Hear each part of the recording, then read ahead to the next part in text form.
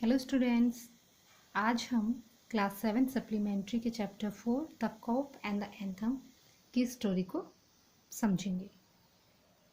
सोपी moved restlessly on his seat in Madison Square. There are certain signs to show that winter is coming. Birds begin to fly south. People want new warm coats, and Soapy moves restlessly on his seat in the park. When you see these signs, you know that winter is near.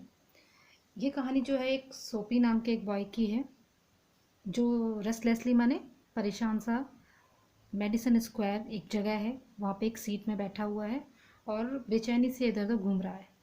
और वहाँ पे का बहुत सारे ऐसे sign है जो ये बता रहे हैं कि सर्दियाँ जो हैं वो आने वाली हैं। Birds begin to fly south, जो बर्ड्स हैं वो साउथ की तरफ उड़ने लगी हैं और जो लोग हैं वहाँ के वो नए और वार्म कोट्स खरीदना चाहते हैं, क्योंकि जो मेडिसन स्क्वायर एरिया है वो इतना ज़्यादा रिच एरिया नहीं है। मतलब वहाँ पे जो लोग हैं वो जितने अमीर नहीं हैं, तो उनको इंतज़ाम करना पड़ता है सर्दियों का। एंड सोपी moves restlessly on his seat in the park. जो सोपी है वो यही सब सोच के परेशान सा अपने सीट के आसपास घूम रहा है पार्क में। और जब वो ये साइन को देखता है, you know that winter is near, तो उसे लगता है कि वाकई में अब सर्दियाँ आ गई हैं.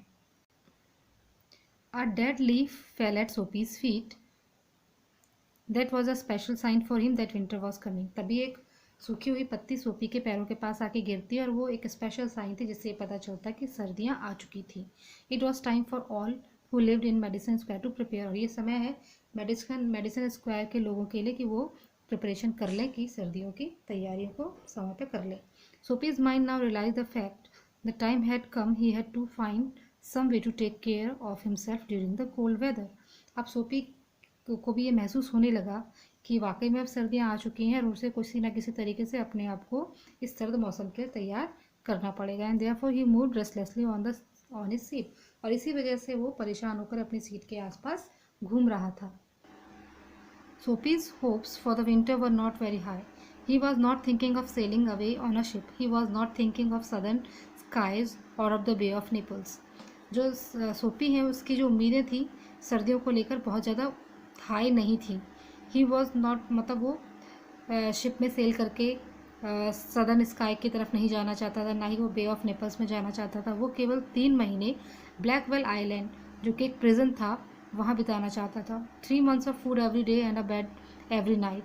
3 months safe from the cold north wind and safe from cops. This is what Soapy wanted most in the world.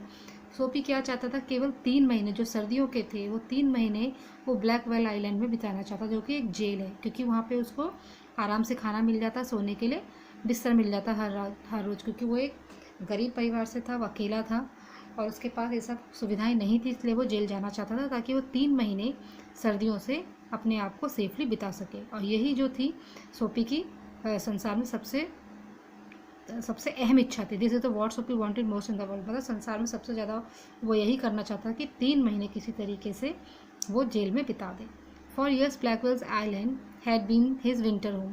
कई सालों से ब्लैकवेल जो आइलैंड है वो उसका विंटर का घर था. मतलब हर साल वो कुछ ना कुछ ऐसा करता था कि उसे जेल हो जाती थी और उसे ब्लैकवेल आइलैंड में भेज दिया जाता था.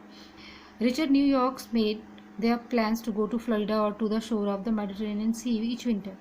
जो न्यूयॉर्क के जो अमीर लोग हैं वो हमेशा कोई ना कोई प्लान बनाते थे, या तो कोई फ्लोरिडा चला जाता था या मेडिटेरेनियन सी के पास का जो एरिया होता है, जो जाकि ज़्यादा मतलब मॉडरेट रहते हैं ना, वहाँ पे ज़्यादा सर्दी होती है ना गर्मी होती है. तो जो पैसे वाले लोग हैं वो अपना इंतज़ाम कर लेते हैं गर्म इलाकों में जाने के लिए. लेकिन Soapy made his small plans for going to the island. लेकिन सोपी का केवल एक छोटा सा ही प्लान था कि वो किसी तरीके से उस जेल में आइलैंड में पहुँच जाए. And now the time had come. 3 big newspapers, some under his coat and some over his legs, had not kept him warm during the night in the park. और अब वो समय आ चुका था. उसके जो कोट के अंदर उसने 3 न्यूज़पेपर डाले हुए थे बड़े बड़े, और उसने कुछ अपने पैरों के पास रखे हुए थे, ढक रखा था. मतलब अपने ठंड से बचने के लिए उसने जो उपाय किए थे वो काफ़ी नहीं थे और वो उसको उस पार्क में गर्मी नहीं दे रहे थे. So Soapy was thinking of the island. There were places in the city where he could go and ask for food and a bed. These would be given to him. तो वो सोपी जो है वो सोचता है, आइलैंड के बारे में सोच रहा था। वो कहता है कि इसके अलावा भी शहर में जगह हो सकती हैं जो उसको खाना भी दे सकते थे और बिस्तर भी दे सकते थे। This would be given to him, अब उनको दे सकते थे। He could move from one building to another, इसके लिए उसे एक बिल्डिंग से दूसरी बिल्डिंग में जाना पड़ता। And he would be taken care of through the winter, और इसके लिए उसे ठंड से बचने का उपाय भी करना पड़ता। मतलब जब वो शहर में जाता और एक जगह से दूसरी जगह घूमता तो उसके पास प्रॉपर कपड़े होने चाहिए थे ठंड से बचने के लिए, लेकिन उसके पास ऐसा कुछ नहीं था। But he like Blackwell's Island better, लेकिन उसको क्या ज़्यादा बेटर लगा, ब्लैकवेल आइलैंड जाना ही उसको सबसे बेटर लगा। Soapy's spirit was proud. If he went to any of these places, there were certain things he had to do. In one way or another, he would have to pay for what they gave him. They would not ask him for money, but they would make him wash his whole body. They would make him answer questions. They would want to know everything about his life. तो सोपी ये सब सोच के बहुत खुश होता, बहुत प्राउड फील होता उसे। अब वो ये कहता है कि वो इन प्लेसेस में जाके कुछ काम कर भी सकता था और दूसरी तरीके से उसको लोग पैसे भी देते, जो उसके बदले में काम करता उसके बदले पैसे भी मिलते।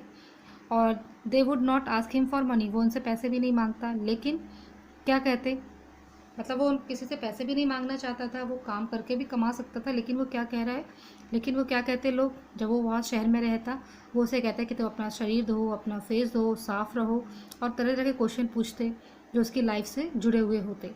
No prison was better than that, तो वो सोचता नहीं नहीं इन सब पछड़ों में कौन पड़े, तो मेरे लिए तो जेल ही बेटर है। The prison had rules that he would have to follow, prison के कुछ रूल होते हैं जो उसे फॉलो करने पड़ते। But in prison a gentleman's own life और स्टिल इज ओन लाइफ, मतलब वो कहता है कि जेल के भी अपने रूल होते हैं जो उसे मानने पड़ते हैं, लेकिन वहाँ पे कोई किसी के बारे में नहीं पूछता, मतलब किसी से कोई मतलब ही नहीं रहता, अपना अपना काम करते हैं और अपना अपना खाते हैं और सो जाते हैं।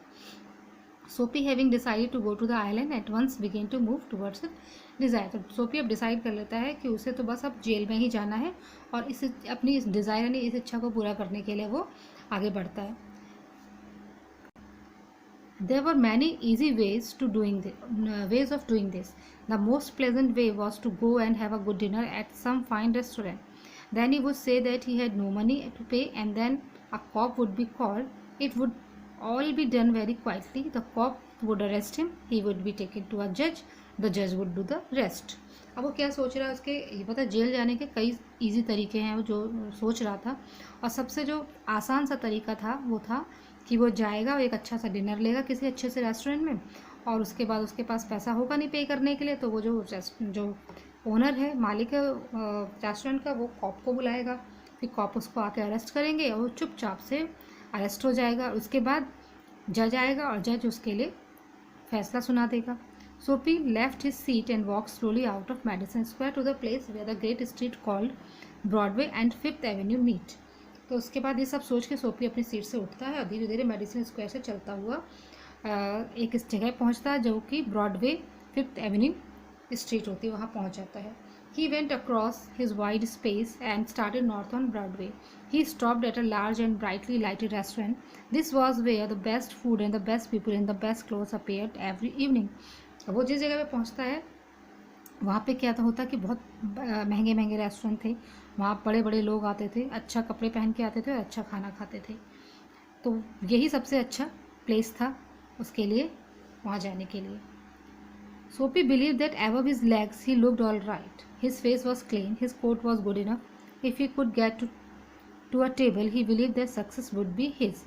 Soapy अपने पैरों को देखता है, अपने कपड़ों को देखता है, कहता सब कुछ ठीक है, उसका फेस भी साफ था, कोट भी ठीक ठाक ही था, और उसे वो कहता है कि अगर मुझे कोई टेबल मिल गया तो उसका प्लान जो है वो बिल्कुल सक्सेस हो जाएगा, सफल हो जाएगा उसका प्लान।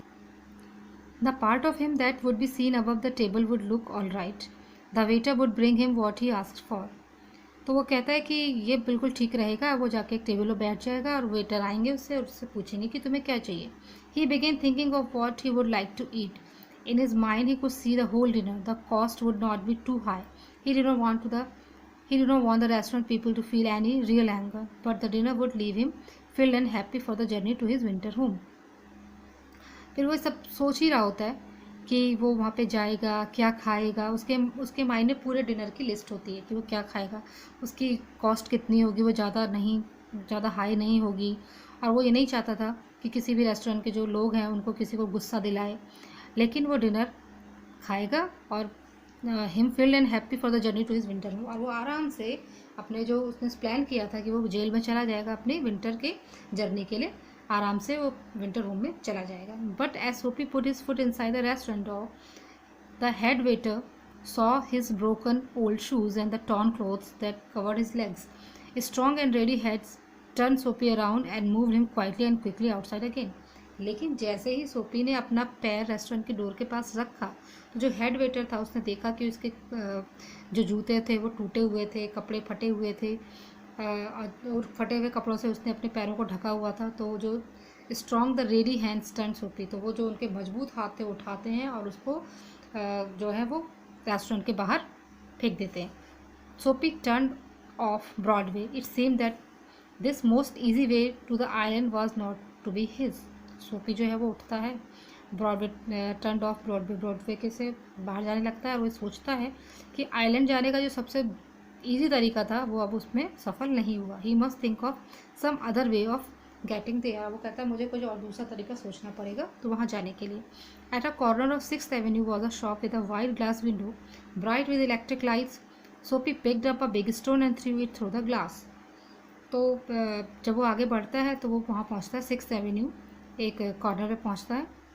6th Avenue रोड है, उसके कॉर्नर पे पहुँचता है. वहाँ पे एक बड़ी सी शॉप थी जिसमें एक ग्लास विंडो था और उसमें बड़ी ब्राइट और इलेक्ट्रिक लाइट जल रही थी. तो सोफी एक पत्थर उठाता है बड़ा सा और उस पर फेंक देता है ग्लास पे.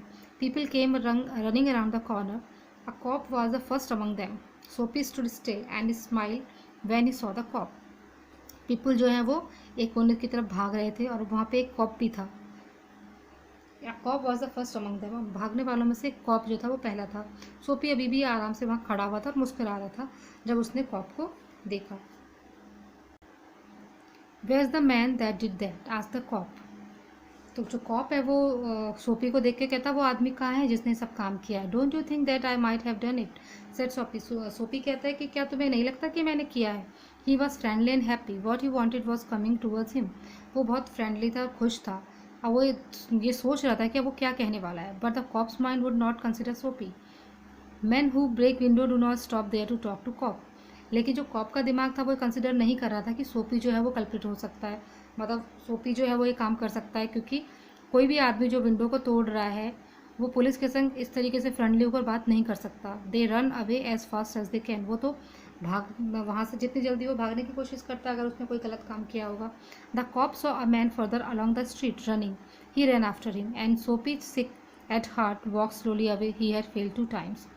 जो कॉप होता है वो देखता है कि एक आदमी जो है सड़क के किनारे की तरफ भाग रहा है, तो वो भी उसका पीछा करते हुए वहाँ से चला जाता है. अब सोफी को लगता है कि उसका जो दिल था वो जो उसे धड़कने लगता है वो धीरे धीरे चलने लगता है, और वो कहता है, वो सोचता है कि मैं तो अब 2 बार फेल हो चुका हूँ.